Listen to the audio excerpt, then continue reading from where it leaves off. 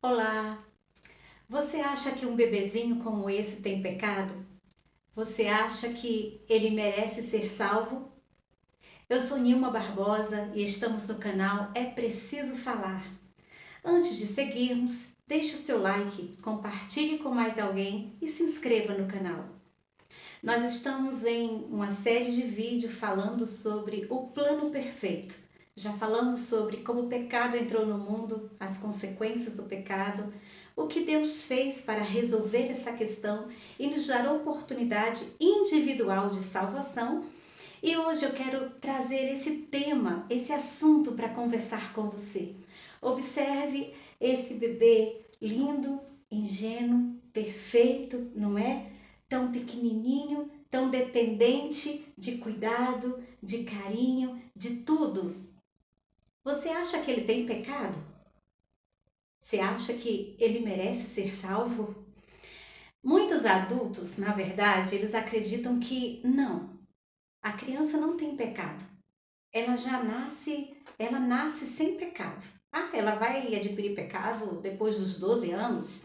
Esse é o conceito de muita gente. Mas na verdade não é isso que a Bíblia diz. E nós só podemos afirmar, só podemos falar e afirmar aquilo que a Bíblia ensina. A Bíblia ensina que todos pecaram e todos foram destituídos da glória de Deus. Perderam a luz de Deus. Todos. Inclusive o bebezinho que nasce. Quando ele nasce, ele já nasce com seu DNA corrompido. Ele já é um pecador e ele já nasce culpado. Ainda que isso pareça estranho, ainda que a gente não queira aceitar muito isso, ele merece salvação? Claro que não. Salvação não é por merecimento, não é por beleza, por fofura, por gostosura. Salvação é pela graça de Deus. Ninguém merece. Não há ninguém tão puro, tão belo, tão lindo que mereça ser salvo. Nem mesmo um bebezinho assim.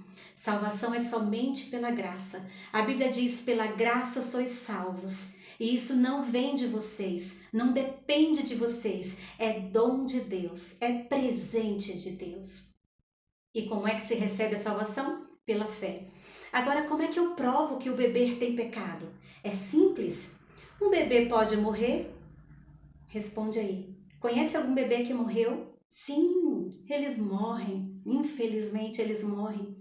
E a Bíblia diz que a morte é o salário do pecado. Então, se um bebê morre, já está aprovado. A morte é o salário. Então, se ele não tivesse pecado, ele não morreria. Claro que não. Como é que você sabe que ele é pecador? Como assim? Bom, essa é uma evidência. Ah, mas ele é inocente, ingênuo. Como eu disse já nos vídeos anteriores, já nasce com a natureza pecaminosa. Observe que um bebezinho assim, tão pouquinhos dias de vida, ele já consegue até enganar a mamãe. Olha a natureza pecaminosa se desenvolvendo. Geralmente eles choram, a mãe pega, dá mamar, troca e deixa ele confortável. Daqui a pouco ele chora de novo, a mãe pega, dá mamar, troca, esquenta, ajuda. Aí de repente ele chora novamente e ele consegue perceber que todas as vezes que ele chora, a mamãe pega.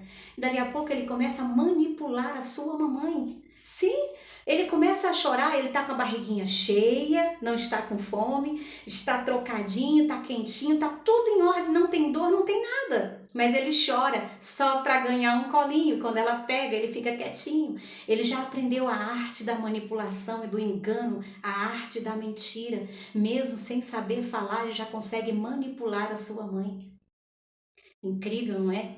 Ah, mas ele merece ser salvo? Bom, eu já disse, salvação não é por merecimento, então tá resolvido.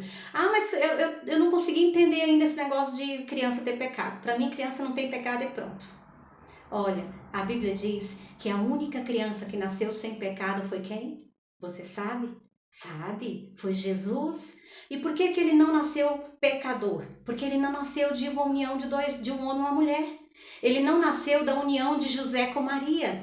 Ele foi concebido, ele nasceu do Espírito Santo, da ação poderosa, sobrenatural do Espírito Santo com Maria.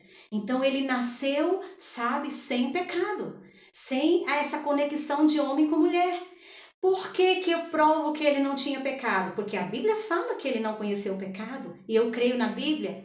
E sabe uma das coisas importantes, fundamentais? Quem peca, morre, não é? Aí você pode falar assim, ah, mas então Jesus tinha pecado sim, porque ele morreu. Não é verdade? Se a gente olhar a Bíblia superficialmente, a gente não consegue a solução para muitos problemas. A gente não consegue a resposta. Mas se você começar a estudar, a pensar e deixar que o Espírito Santo te esclareça, você vai perceber muita coisa. Coisas que às vezes nem são ensinadas. Jesus, a morte não pôde derrotar ele. Você sabe disso. Ah, eu sei, ele ressuscitou o terceiro dia. Não é nem isso. Antes dele morrer, a morte já não tinha poder sobre ele. Então, como é que ele morreu? Sabe por quê? Ele mesmo diz assim: a minha vida ninguém a tira de mim. Eu a dou. Se ele não tivesse dado, a morte jamais poderia tocar nele. Ele se submeteu, ele se entregou, ele se doou. Ele não foi um Marte, igual muita gente diz. Ah, Jesus foi o maior mártir. Não. Os mártires, se eles puderem escapar, eles escapam. Se puderem fugir, ele foge. Jesus se entregou. Ele se esvaziou de si mesmo, da sua glória, se despiu, assumiu a natureza humana, o corpo físico, tomou o nosso pecado e foi para a cruz. E lá na cruz o próprio Pai virou o rosto. E você sabe por que que Deus virou o rosto para ele? Virou as costas no momento de dor? Porque Deus, quando olhou, viu os nossos pecados nele. Ele estava sendo sacrificado, pagando o preço por nós. Mesmo sem ter cometido o pecado, ele diz: a minha vida ninguém a tira de mim, porque eu não sou pecador. A morte não tem poder, mas eu a dou. Então, olha só, o que eu quero te dizer com isso? As crianças são pecadoras. Elas já nascem com a consciência pecaminosa, sim, corrompida, o seu DNA corrompido. Elas precisam serem treinadas na luz. Elas precisam serem fundamentadas corretamente na rocha que é Cristo. Desde a primeira infância, desde a tenra idade, na verdade, desde o útero, desde a barriga. Nós não podemos perder tempo, porque essa informação que eu estou passando para você, o diabo, o adversário das nossas vidas, ele já sabe faz muito tempo. É por isso que ele vem usando toda a mídia, todo o meio de comunicação, sabe? Toda uma programação, são novelinhas, são games, são desenhos, principalmente desenhos, para colocar na mente da criança já uma formação errada que a distancie de Deus, que a faça desacreditar em Deus, que não creia no sacrifício de Jesus, que questione a Bíblia, que não creia, que não acredite na Bíblia. O inimigo, ele tem pressa em adultizar as nossas crianças, em erotizar as nossas crianças, em distanciar a criança do verdadeiro caminho, da vida eterna de Cristo, de corromper elas ainda pequenininhas. E elas dependem do pai, da mãe, da avó, de um adulto responsável que possa amá-las e direcioná-las no caminho certo, na fundamentação correta, sobre a rocha que é Cristo. E ele as ama tanto. Certa vez, ele estava tratando de problemas sérios dos adultos, porque os adultos têm problemas sérios, né? Mas crianças também têm. E Jesus sabe. E Jesus parou tudo quando viu uma cena incrível. Os discípulos estavam barrando os meninos e as meninas que vinham a Jesus. Estavam impedindo que elas chegassem perto do mestre. Jesus parou tudo e disse: ei, não façam isso. Não as impeçam de vir a mim, porque delas é o reino dos céus. E por ser delas o reino dos céus, deixa eu lhe explicar uma coisa. Porque você pode perguntar assim: então tá, se elas são pecadoras, se elas têm pecado, e se elas morrerem, ainda crianças tão infantis, tão pequenas, na primeira infância, assim, tão pequenas sem conhecer Jesus, porque elas, quando bebês, elas não sabem quem é Jesus, não sabem sobre céu, sobre inferno, sobre salvação, perdição. Nesse estágio aqui, ou até maior, elas não têm consciência. Se morrerem assim, serão salvos pela graça de Deus em Cristo Jesus. Sempre através da cruz, sempre através do sangue derramado de Cristo Jesus. Quando elas morrem ainda na sua inocência, sem ter conhecido o Salvador, sem ter tido a oportunidade de abraçá-lo como Salvador, o Salvador as alcança mesmo assim por sua graça, porque Ele é um Deus de amor, um Deus justo. Mas o inimigo tem pressa em adultizar a criança, para que ela cresça e muito rápido abra a boca e diga: eu não quero Jesus. Sabe, eu não quero. Certa mãe uma vez me disse assim para o seu filho, ela me contou que o seu filho já de 9, 10 anos amava tanto o Homem-Aranha, sabe, tudo dele era do Homem-Aranha, o quarto, as coisas, a mochila, os desenhos, tudo era do Homem-Aranha e de repente aquela mãe entrou no quarto e o Espírito Santo disse, olha, isso é idolatria. Tudo é do Homem-Aranha, e não tem nada que comunique a minha presença, o meu amor por esta criança. E aquela mãe começou a juntar todas aquelas coisas, tirando do quarto. E aquele menino desesperado, porque amava o Homem-Aranha, disse, mãe, o que você vai fazer com as minhas coisas? Ela disse, Jesus mandou eu tirar, porque nada aqui lembra ele, nada que glorifica o nome dele, isso aqui já chega, isso aqui passou dos limites, isso é idolatria. Aquele menino disse assim, quer dizer que Jesus não gosta do Homem-Aranha?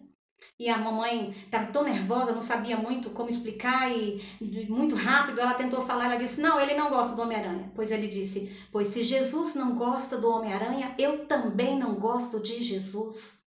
É isso que o sistema, sabe, que toda uma publicidade coloca diante das crianças, a se apaixonarem pela fantasia, pelos mitos, pelos gnomos, os duendes, as fadas, os heróis da Marvel, os heróis de fachada. Eles podem ter? Claro que podem ter os heróis, podem, desde que tenham uma visão correta, desde que sejam orientados, desde que usem aquilo apenas como um brinquedo e mais nada, mas não coloquem o seu coração naquilo, coloquem o seu coração no fundamento correto.